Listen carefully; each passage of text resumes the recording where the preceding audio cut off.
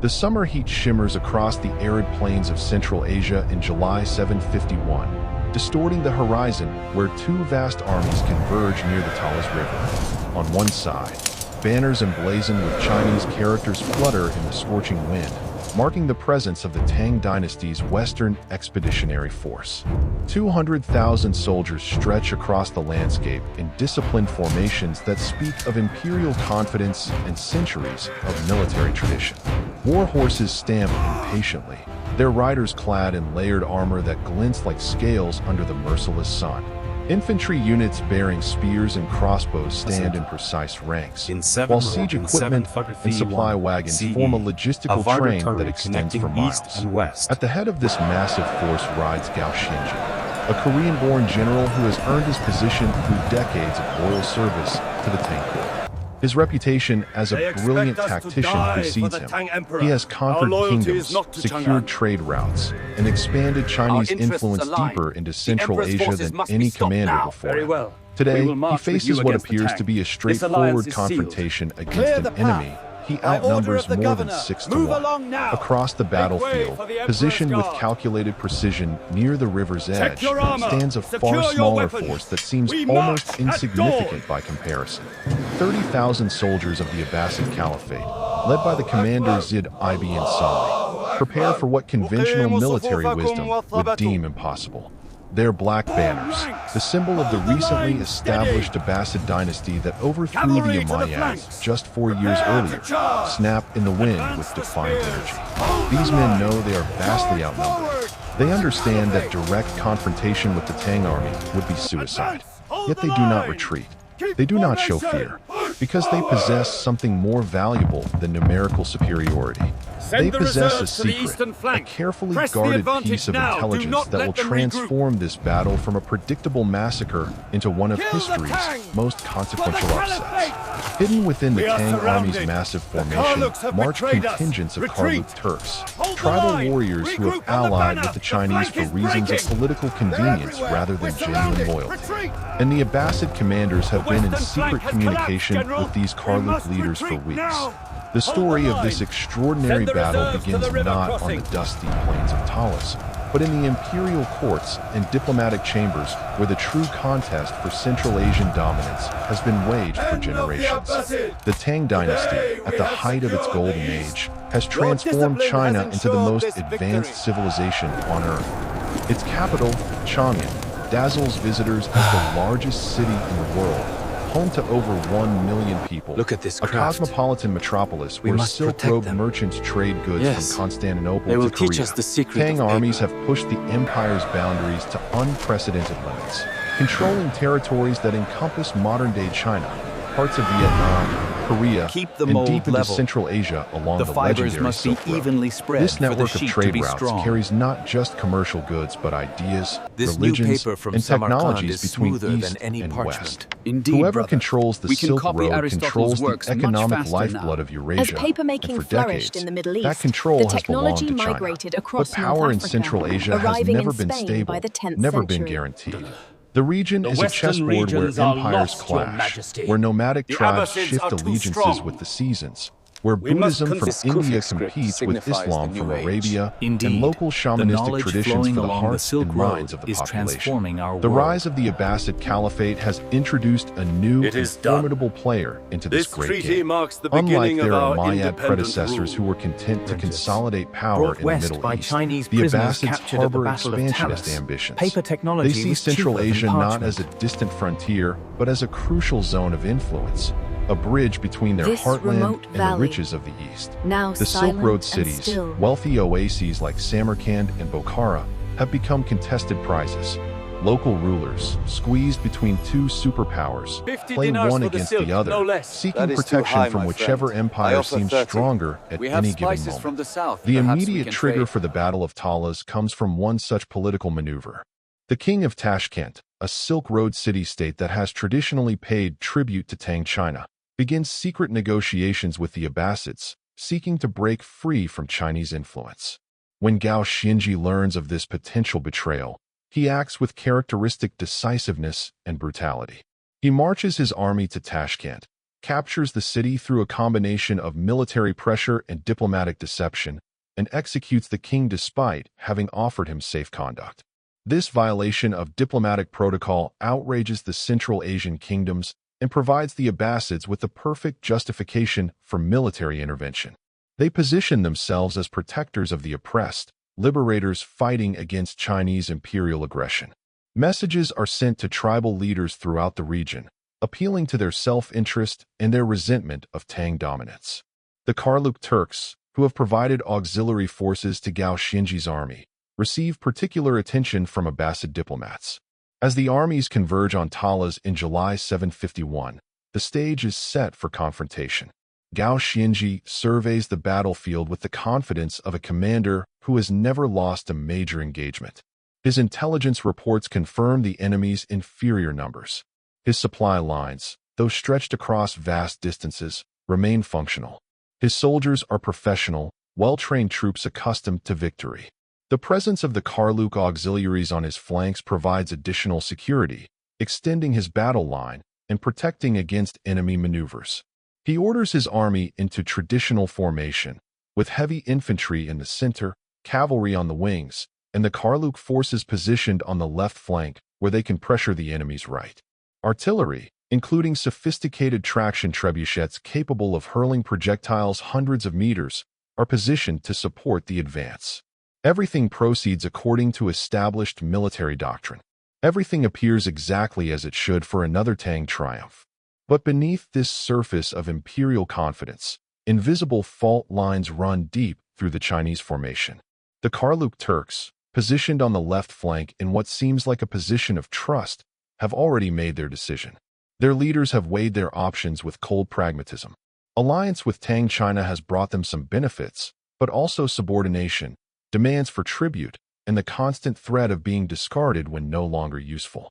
The Abbasids have offered them something more valuable: autonomy, favorable trade terms, and recognition as independent powers rather than vassal states. The execution of the Tashkent king has reinforced their belief that Chinese promises mean nothing, that survival requires aligning with the rising power rather than clinging to the established one. They have communicated their intentions to Ziyad ibn Salih through intermediaries. They have agreed on signals. They wait for the critical moment. The battle begins with conventional movements that mask the approaching catastrophe. Tang forces advance across the plain in coordinated waves, their discipline evident in the precise timing of their movements. Drums beat rhythmically, coordinating the march. Officers shout commands. The front lines clash with the thunderous impact of thousands of men meeting in combat. Spears thrust forward. Swords rise and fall. The initial exchanges favor neither side decisively, a grinding test of endurance and morale. Gao Xinji, observing from his command position, notes that the enemy is fighting more fiercely than expected, but shows no signs of breaking. He orders cavalry probes on both flanks, testing for weaknesses. On the right, these probes are repelled by disciplined Abbasid horsemen. But on the left, where the Karluk forces are positioned, something strange occurs. The Karluk units make half-hearted attacks that lack conviction, as if reluctant to engage seriously. Hours pass under the brutal sun. Casualties mount on both sides. The Tang center continues its relentless pressure, slowly forcing the Abbasid lines backward through sheer weight of numbers. For Gao Xinji, this gradual attrition seems acceptable. His larger army can afford losses that the enemy cannot. Time is on his side, or so he believes. But the Abbasid commanders, watching from their own command posts, see something different. They see the Tang forces becoming increasingly committed to the frontal assault. They see Chinese reserves being fed into the grinding center battle. They see attention focused forward rather than on the flanks. And they see the Karluk forces positioned exactly where they need to be, waiting for the agreed signal. The moment comes in mid-afternoon when the battle has reached its most intense phase. The Tang center has pushed deep into Abbasid lines, creating a salient that bulges forward like a spear thrust. Gao Xinji's forces are now extended, their formations stretched thin to maintain contact across the widening battlefield. At precisely this moment of maximum Chinese commitment and vulnerability, the Abbasid commanders give the signal. Banners dip and rise in a specific pattern visible to the Karluk leaders, and the betrayal unfolds with devastating swiftness. The Karluk forces on the Tang left flank, 20,000 strong, suddenly wheel about and attack their former allies. Instead of protecting the Chinese flank, they crash into it with savage fury, catching the Tang troops completely by surprise. Chinese soldiers who moments ago considered the Karluk's comrades now face them as enemies attacking from the worst possible angle. The left flank, which should be a secure anchor for the entire formation, becomes a zone of chaos and slaughter. Units caught between frontal pressure from the Abbasids and flank attack from the Karluks disintegrate. Officers scream contradictory orders. Formations break apart. Panic, that most contagious of battlefield emotions, begins to spread through the Tang ranks like wildfire. Gao Xinji realizes immediately what has happened and what it means. The tactical situation has transformed in seconds from favorable to catastrophic. His numerical advantage has evaporated as 20,000 auxiliary troops have not merely withdrawn but actively joined the enemy. More critically, his army's left flank is collapsing, threatening to roll up the entire formation from the side. He attempts to reorganize, to pull back his overextended center before it can be surrounded, to shift reserves to contain the disaster. But the momentum of battle has turned irreversibly against him. The Abbasid forces, sensing their opportunity, launch a general assault along the entire front. Fresh troops, held in reserve for this moment, surge forward with renewed aggression. They strike the wavering Tang lines at multiple points simultaneously, exploiting gaps created by the chaos on the flank. The battle transforms from an organized confrontation into a desperate struggle for survival. Tang units find themselves attacked from multiple directions at once. The careful formations that are the foundation of Chinese military doctrine become death traps as soldiers cannot maneuver in the crush of bodies. The sophisticated coordination that requires drums and flags to transmit orders becomes impossible in the noise and confusion. Individual units fight on with courage, but they are no longer part of a coherent army. They are isolated groups making last stands, trying to protect their comrades, seeking any route of escape from the enveloping disaster. The cavalry, which should be able to maneuver freely and screen the retreat, finds itself hemmed in by terrain and enemy forces.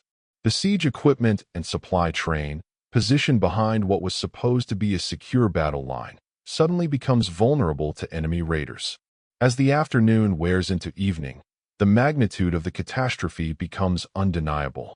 The Tang army, which entered battle with overwhelming numerical superiority and every expectation of victory, is being systematically destroyed. Thousands of soldiers lie dead or dying on the blood-soaked plains.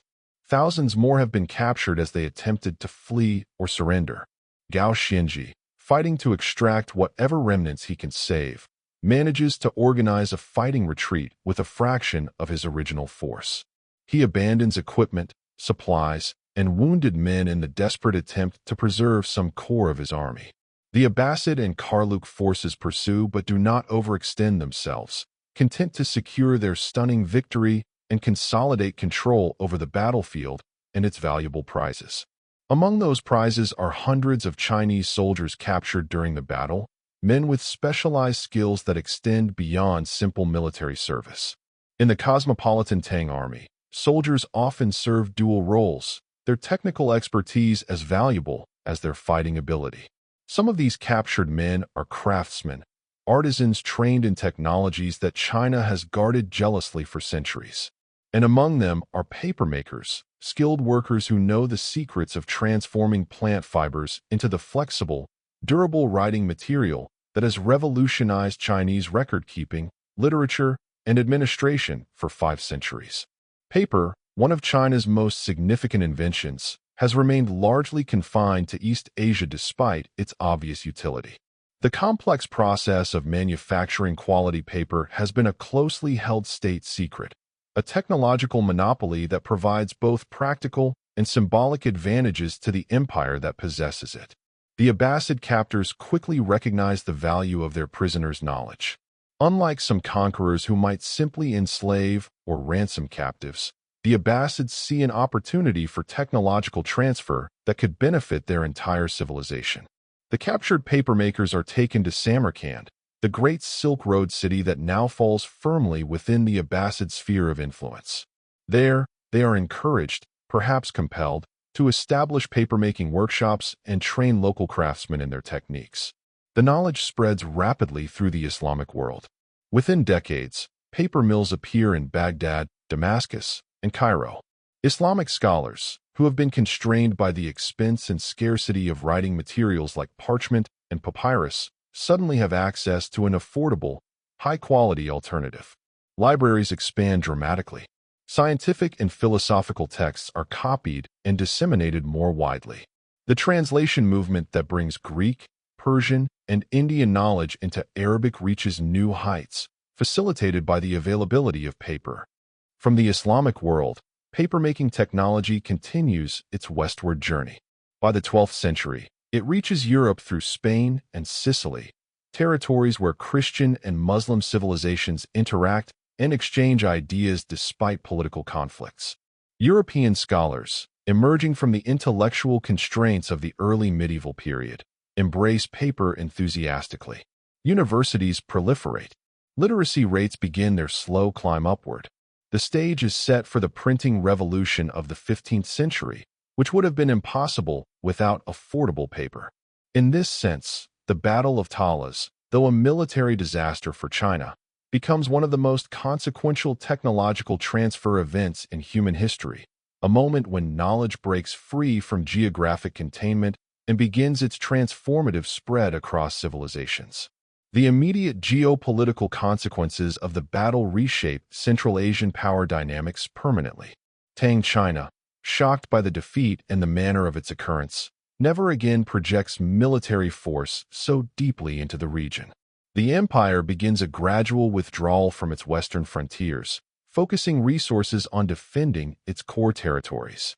8 years later, the catastrophic Lushan rebellion will shatter Tang power internally, accelerating the retreat and marking the beginning of the dynasty's long decline. The Silk Road cities, which had paid tribute to China for generations, reorient toward the Islamic world.